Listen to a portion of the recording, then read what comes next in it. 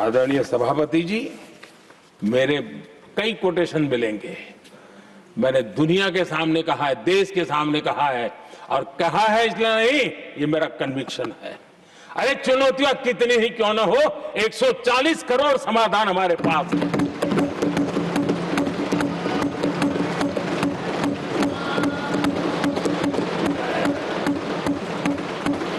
हमारे लिए देशवासी समर्थक की पूंजी है।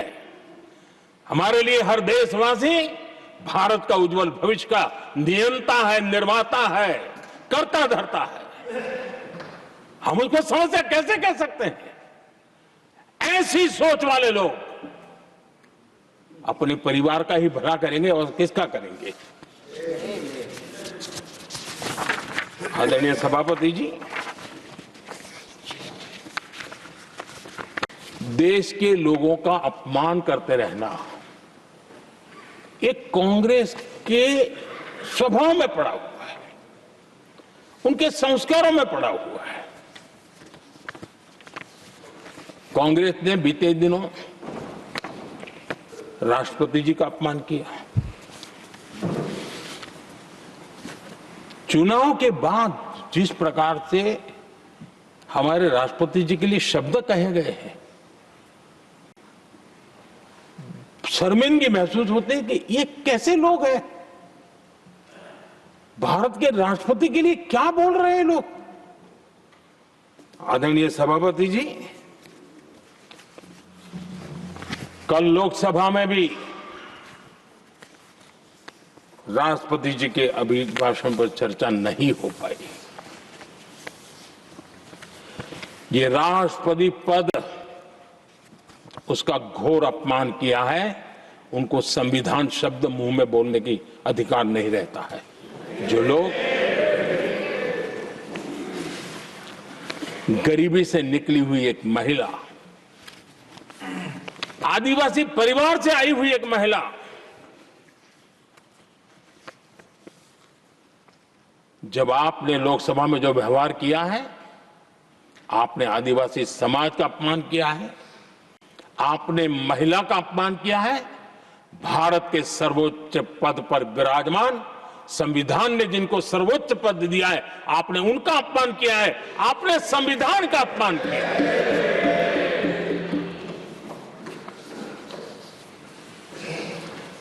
आदरणीय सभापति जी, उनको कुछ भी लगता हो,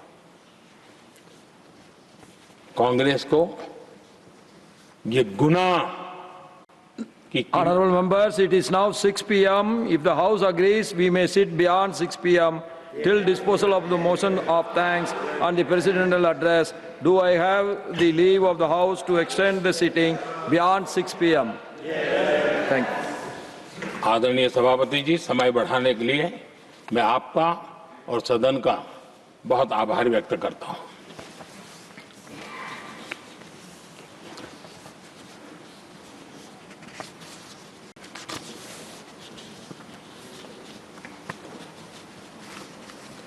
आदरणीय सभापति जी, बड़ी दर्दनाक लोकसभा की घटना है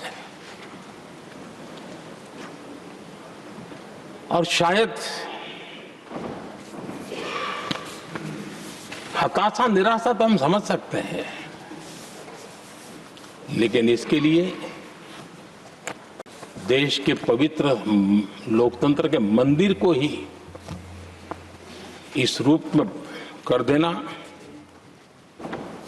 और उस समय चेयर पर असम के ही हमारे एक माननीय सांसद बैठे थे और उस समय कागज फेंके गए, टेबल पर चढ़ दिया गया। क्या ये नॉर्थ ईस्ट का अपमान नहीं है? क्या असम के नागरिकों का अपमान नहीं है? कल फिर दोबारा किया उन्होंने, और उस समय आंध्र के दलित परिवार का बेटा चेयर पर बैठा था, उसको भी अपमानित किया। यानी आपने नॉर्थ ईस्ट का अपमान, चेयर में बैठा अपमान करो। आंध्र के एक दलित परिवार का बेटा चेयर पर बैठा, उसका अपमान करो। सदन ने इनको काम दिया हुआ है, सबने मिलकर के काम दिया हुआ है। लेकिन वो दलित समाज से आते हैं, इसलिए आप अपमान करते हो।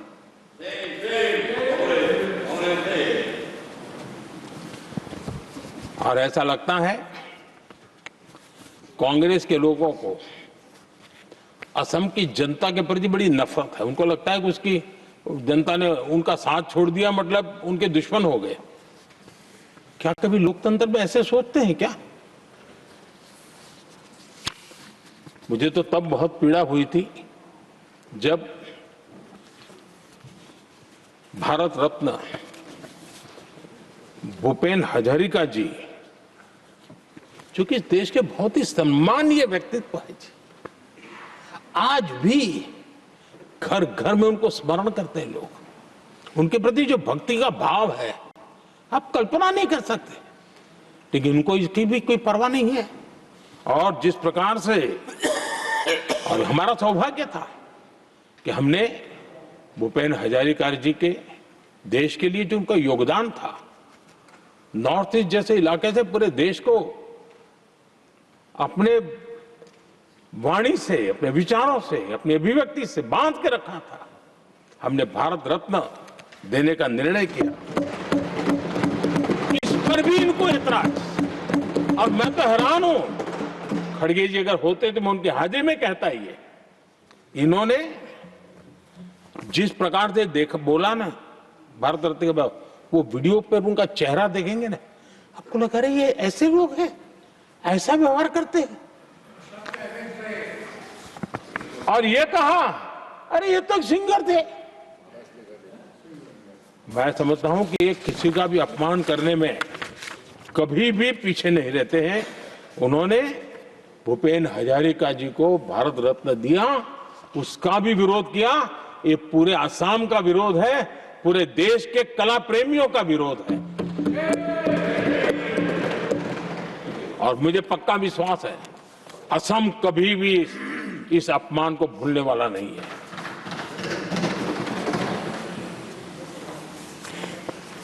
आदरणीय सभापति जी,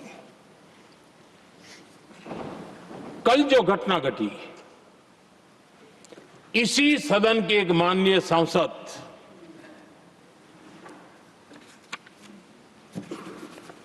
कांग्रेस के शातिर दिमाग जिनका है ऐसे एक युवराज ने उनको गद्दार कह दिया। अहंकार कितनी 7वें आसमान पर पहुंच चुका है इनका। और कांग्रेस को छोड़कर के कितने ही लोग निकले हैं, कांग्रेस के कितने टुकड़े हुए हैं, कई लोग दूसरे दलों में गए हैं, लेकिन औरों को तो किसी को गद्दार नहीं कहा उन्होंने। लेकिन कल सांसद को गद्दार इसलिए कहा क्योंकि वो सिख थे। ये सिखों का अपमान था, एक गुरुओं का अपमान था। और कांग्रेस के अंदर जो कूट कूट करके सिखों के प्रति नफरत भरी पड़ी है ना, उसका वो अभिव्यक्ति थी। और इसी सदन के माननीय सांसद है वो, और उनको जरा भी दर्द नहीं, वरना आज खड़े होकर के कह सकते थे कि कल जो हुआ इसी सांसद की गरिमा के अनुरूप नहीं था, हमें खेद है।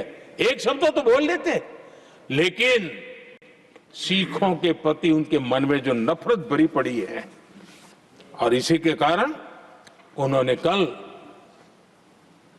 और जिसका परिवार देश के लिए शहादत देने वाला परिवार के वो सदस्य हैं, उन्होंने अपने राजनीतिक विचारों में परिवर्तन किया, इसलिए गद्दार हो गए। और एक गद्दार शब्द छोटा नहीं है। मेरे देशवासी को कोई गद्दार कहे, ये कैसे देश सहन करेगा? और वो भी एक सिख है इसलिए गद्दार कहना बहुत दुर्भाग्य की बात है। और ऐसे लोग कांग्रेस को नहीं डुबाएंगे तो क्या करेंगे?